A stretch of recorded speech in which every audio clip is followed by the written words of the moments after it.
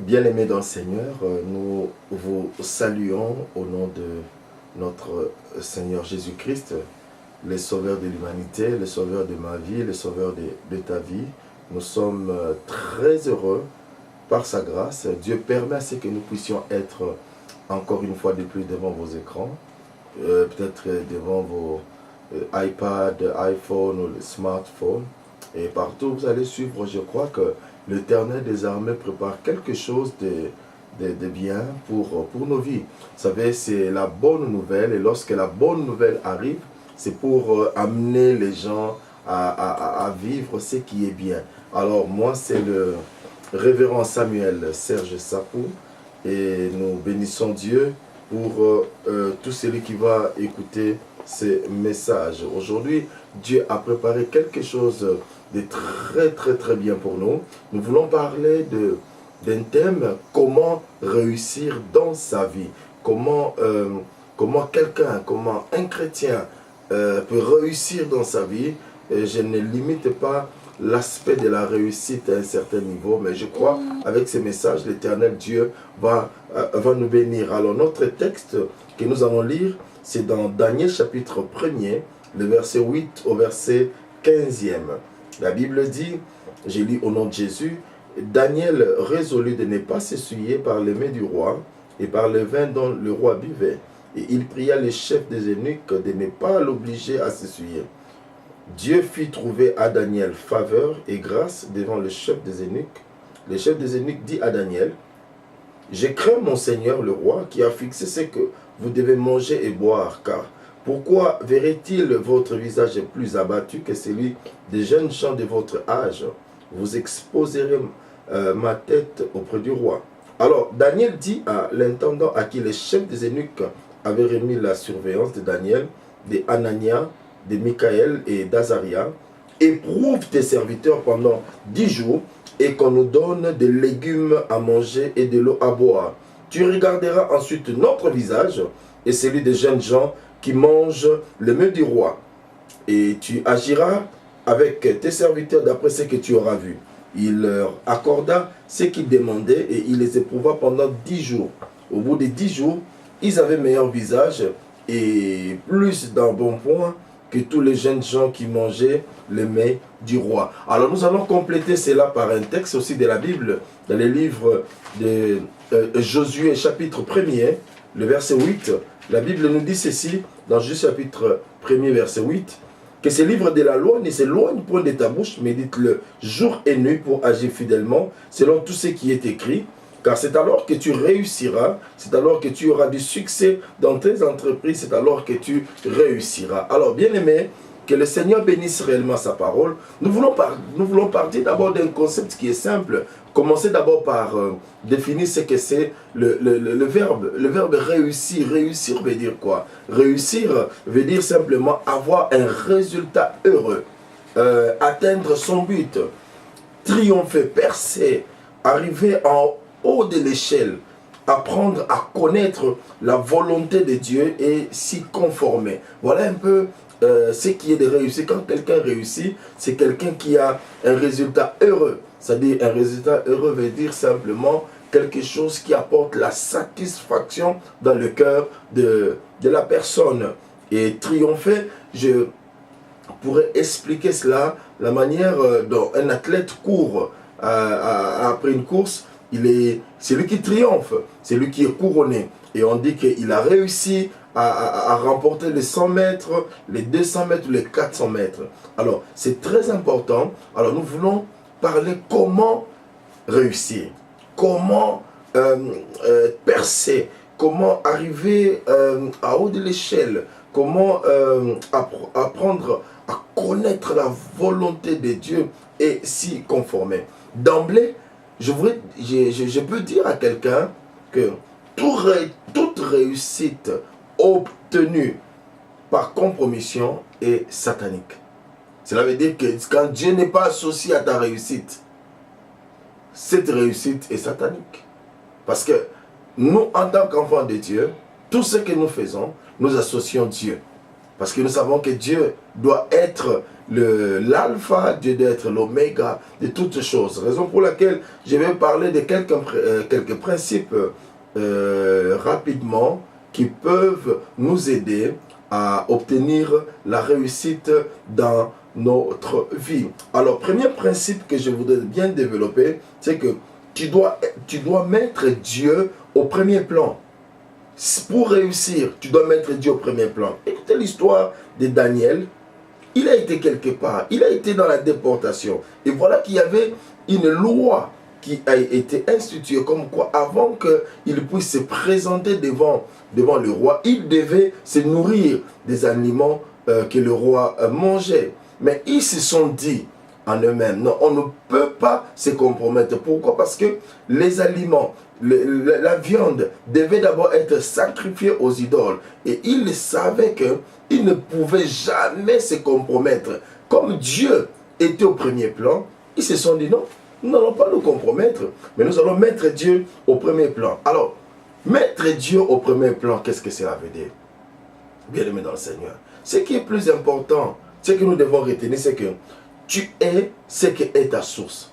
Cela veut dire simplement que ta réussite dépend de la source à laquelle tu es attaché.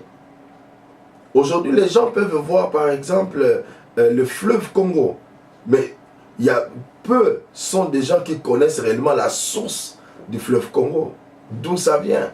Mais lorsque vous regardez, vous allez trouver que la source est vraiment insignifiante. Mais ce n'est pas cela qui détermine réellement la finalité. Mais cette source, c'est grâce à elle que le fleuve Congo est ce qu'il est. Alors, ma soeur, mon frère, tu es ce qu'est ta source. C'est-à-dire, si tu t'attaches à une source négative, cette source influencera ta vie d'une manière négative. Si tu t'attaches à une source positive, celle-ci influencera ta vie d'une manière positive. La vie est faite de choix. Si tu fais un bon choix, tu réussiras. Si tu fais un mauvais choix, tu échoueras. Et c'est alors que tu dois faire en sorte de comprendre quelle est la source à laquelle tu t'attaches. Alors, Dieu, bien-aimé, doit être l'objet de ta recherche quotidienne. Donc, tu dois penser, comme je suis attaché à Dieu, comme je vis aux dépens de Dieu. C'est comme un poisson qui vit dans l'eau. Si vous le détachez de sa source qui est l'eau, vous mettez le poisson dans une forêt, le poisson sans eau est appelé à disparaître. C'est de la même manière que tu peux prendre par exemple un lion, tu le fais plonger pendant des heures et des heures dans l'eau, aussi grand, aussi puissant qu'est le lion. Mais comme il est détaché de sa source, il est appelé à mourir. Ma soeur, mon frère, lorsque tu te détaches de Dieu, tu peux croire que tu es en train de vivre, tu peux croire que tu es en train de réussir, mais la finalité sera comme tu n'es plus attaché à la source, tu seras appelé à disparaître et à mourir. Ça, ce n'est pas réellement ce que Dieu veut. Dieu veut réellement que tu puisses vivre. Dieu veut réellement que tu puisses expérimenter la nouveauté. Alors, fais participer Dieu à tout ce que tu fais. Dans tes projets, fais participer Dieu. Regardez Daniel, il a fait participer Dieu. Parce que les gens disaient, non, vous devez manger ceci. Il dit, non, mais non, moi je sais la source à laquelle je suis attaché, qui est Dieu. Alors ce que je dois faire, c'est associer Dieu à ce que je suis en train de faire. Ma soeur, mon frère, si tu veux réussir dans ta vie, mets Dieu au premier plan. Mets Dieu au premier plan. Dans tes finances, dans ta vie spirituelle, dans ta vie de couple, dans l'éducation de tes enfants, mets Dieu au premier plan. Parce que nous savons que notre source intarissable, c'est Dieu. Lorsque nous nous attachons à lui, parce que lorsqu'on s'attache à un homme, l'homme peut mourir. Mais l'homme dont nous parlons, Jésus-Christ de Nazareth, il ne mourra jamais. Et alors, lorsque nous nous attachons à lui, bien-aimé, il sait et il saura comment nous secourir en toutes choses. Et ça, c'est très, très, très important dans notre vie, de mettre Dieu au premier plan. Dans la médecine, dans ce que tu fais, dans tes études, dans tout ce que tu fais, dans ton mariage. Même si tu sens que ton mariage ne marche pas bien, associe Dieu. C'est lui qui est le réparateur. C'est lui qui a les pièces de rechange. C'est lui qui a le cœur. La Bible dit que c'est lui qui a le cœur du roi. Il incline. Il est capable de changer le comportement de ta femme. Il est capable de changer le comportement de ton mari. Il est capable de transformer la vie de tes enfants. Peu importe ce qu'ils sont devenus. Il y a de ceux qui se sont lancés dans la prostitution. Il y a de ceux qui se sont lancés dans l'ivrognerie. Mais une chose est certaine, Dieu n'a pas changé. Il est capable de le faire. Il est capable de transformer les choses. Alors, notre deuxième principe pour réussir dans ta vie, tu dois veiller sur ton origine. C'est très important. Tu dois veiller sur ton origine. Si nous lisons dans Daniel chapitre 1er, les versets 3 à 4, la Bible dit, les rois donna l'ordre à Ashpenaz, chef des eunuques, d'amener quelques-uns des enfants d'Israël, des races royales ou des familles nobles, des jeunes garçons sans défaut corporel, beaux de figure, doués de sagesse, d'intelligence et d'instruction, capables de servir dans le palais du roi et à qui l'on enseignerait les lettres et la langue des Chaldéens. Bien-aimé, tu dois veiller sur ton origine. En anglais, on dit le background. C'est très important. Le roi n'avait pas besoin de n'importe quel enfant, mais le roi avait besoin des enfants qui étaient instruits, qui étaient beaux, qui sortaient d'une famille noble. Parce que bien aimé, il y a certains combats dans la vie, nous sommes en train de vivre, c'est à cause de notre origine. Alors si on arrive, je donne un exemple, tu arrives à bien éduquer tes enfants, à faire en sorte que tes enfants soient polis. Il y a certains combats que tu n'entreras pas parce que l'éducation a déjà résolu les problèmes. Alors, là je veux dire ceci, ne jetons pas la responsabilité de notre échec aux circonstances, aux voisins. Oh non, si je suis ce que je suis, c'est parce que mon patron avait fait ceci. Si je suis, c'est parce que je n'arrive pas à subvenir le début du mois à cause de mon salaire.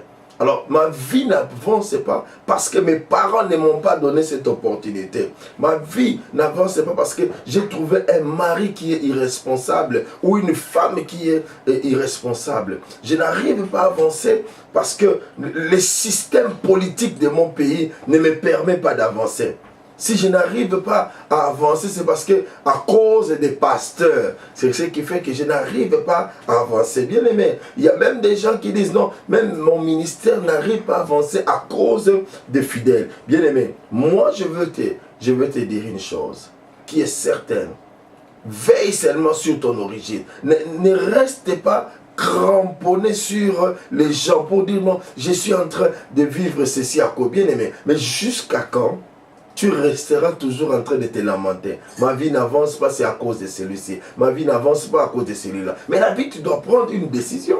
Tu dois te dire, non, en tout cas, j'arrête avec ces choses. Je dois voir autrement. Je dois changer un peu ma manière de voir les choses. Arrête de condamner les gens. Arrête de parler sur ce que les autres ont fait. Ils l'ont fait, c'est vrai. Ils t'ont volé, c'est vrai. Ils ne t'ont pas donné cette occasion, c'est vrai. Mais est-ce que tu dois bâtir ta vie seulement sur les excuses? Ou tu dois bâtir ta vie sur les condamnations? Ou tu dois bâtir ta vie sur les échecs? Non. Dans la vie, ça arrive. Les échecs sont comme des tentatives. Maintenant, tu sais comment tu peux faire pour résoudre les problèmes, ma soeur, mon frère. Ne restez pas cramponné sur ces choses. Le Seigneur est avec toi. Le Seigneur peut t'aider à évoluer dans la vie. Une chose est certaine, bien aimé, nous sommes individuellement responsables de chacun de nos choix. Aujourd'hui, ce que tu vis, peut-être c'est un choix que tu as eu à faire. Et ce choix t'a amené à prendre des décisions qui étaient irréfléchies. Alors, en faisant cela, en étant dans une telle situation, assume d'abord ta responsabilité. Dis-toi toi-même, non, ce que je suis, c'est parce que j'avais fait un tel choix. N'aie pas l'habitude d'accuser les autres. Tant que tu sais que la responsabilité des choses que tu es en train de vivre, tu sais l'origine, tu sais le pourquoi. Mais pourquoi passer du temps en train de dire ce que j'ai vu c'est à cause de celui-ci, ce que j'ai vu c'est à cause de celui-là, parce que mon voisin avait fait ceci, mon père avait fait ceci. Moi je crois que tu dois apprendre à changer un peu le fusil de l'épaule, parce que nos choix déterminent nos actes et tout acte a des conséquences. Deutéronome chapitre 30, le verset 19, nous dit quelque chose, Dieu nous dit, il a placé au devant de nous deux chemins, le chemin de la vie et le chemin de la mort. Et il nous donne un conseil en disant, choisis la vie.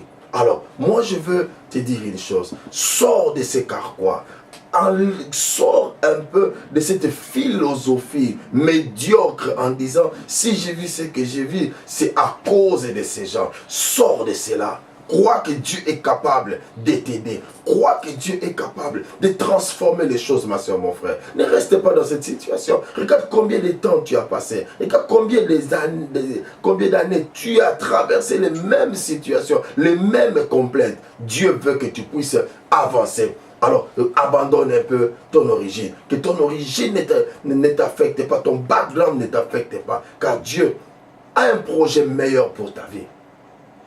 Alors, troisième principe, tu dois apprendre à refuser toute compromission. Lorsque nous lisons cette histoire, ils ont refusé la compromission. Ils ont refusé de manger comme les autres. Bien aimé, il faut refuser dans la vie de faire comme tout le monde fait. Daniel a refusé de manger le mets du roi. Mais il a dit, mettez-moi à l'épreuve parce qu'il savait les dieux en qui il a cru. C'est très important, bien aimé. Quand tu marches avec Dieu, tu dois savoir que tu crois, tu marches avec un Dieu vivant. Un Dieu qui est le créateur de l'univers visible et invisible. Il connaît tes besoins. Tu n'as pas besoin de te compromettre. Tu n'as pas besoin de devenir deuxième, troisième ou quatrième femme de quelqu'un pour faire vivre la famille. Tes parents disent non, nous n'avons rien à te donner. Tu dois faire comme les autres. Bien aimé, tu n'es pas obligé de faire comme les autres, mais tu es obligé de faire comme la parole de Dieu te demande de faire. Ça, c'est très important. Refuse la compromission. Tu dois te discipliner. La discipline est très importante. Raison pour laquelle vous allez voir les gens qui sont partis au service militaire ou qui sont dans l'armée. Lorsqu'on leur dise qu'il y a la guerre, vous devez partir. Il n'y a pas d'excuse parce qu'ils doivent obéir. C'est ça la discipline, bien-aimé. Écoute-moi, refuse la compromission. Ne t'associe pas aux œuvres infructueuses.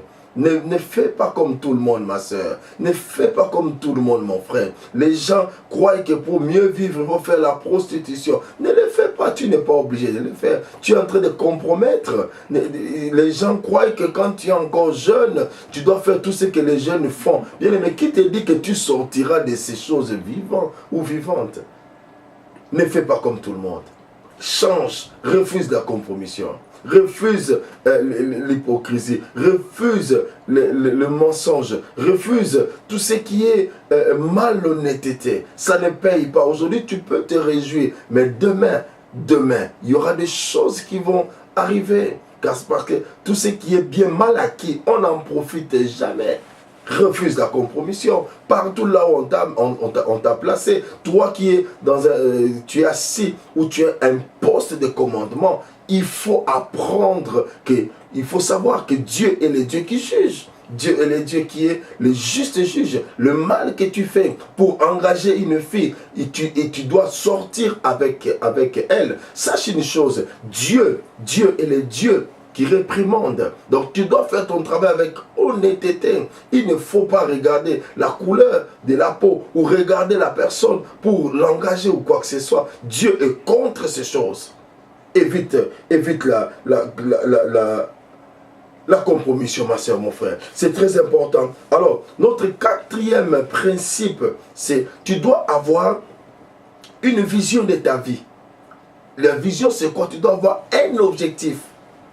Que veux-tu accomplir dans la vie? Où veux-tu aller? Ta vision déterminera ton futur. Qu'est-ce que généralement, ici, lorsque quelqu'un va chercher du travail, on lui pose la question de savoir qu'est-ce que tu vas faire dans 5 ans? Où te vois-tu dans 5 ans?